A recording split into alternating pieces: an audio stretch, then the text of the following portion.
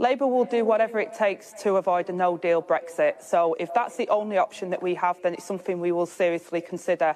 I want Theresa May genuinely to listen to Parliament and to reach a consensus. She hasn't budged on any of her red lines at the moment. I think I was as clear as I possibly can be. What we've said is we've put our amendment down. Let me be as clear as I possibly can be for the people that are listening to this programme. We've put our amendment down. We've said we've respected the result of the referendum.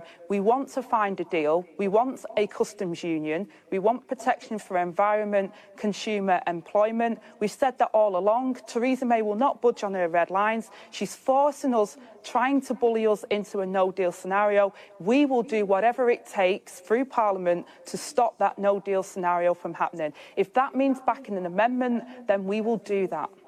OK. Now, the frontbench's own amendment puts the option of a second referendum on a table.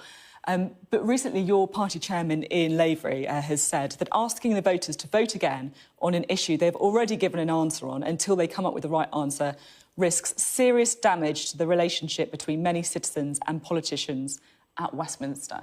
So I'm interested in your own view on this. What do you think having a second referendum, or Labour backing a second referendum, would do to democracy?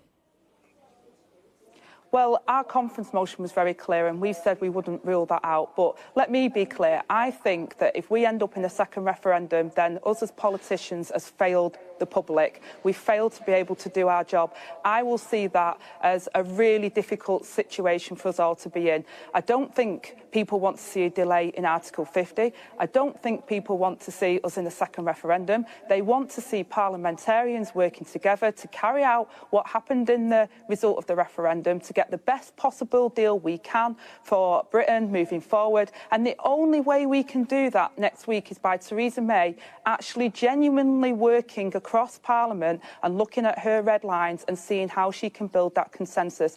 I still think that can happen, but Theresa May has to be willing to put her own views aside and to work with Parliament. And for the last 2.5 years, unfortunately, she's not been willing to do that. I hope she does now next week.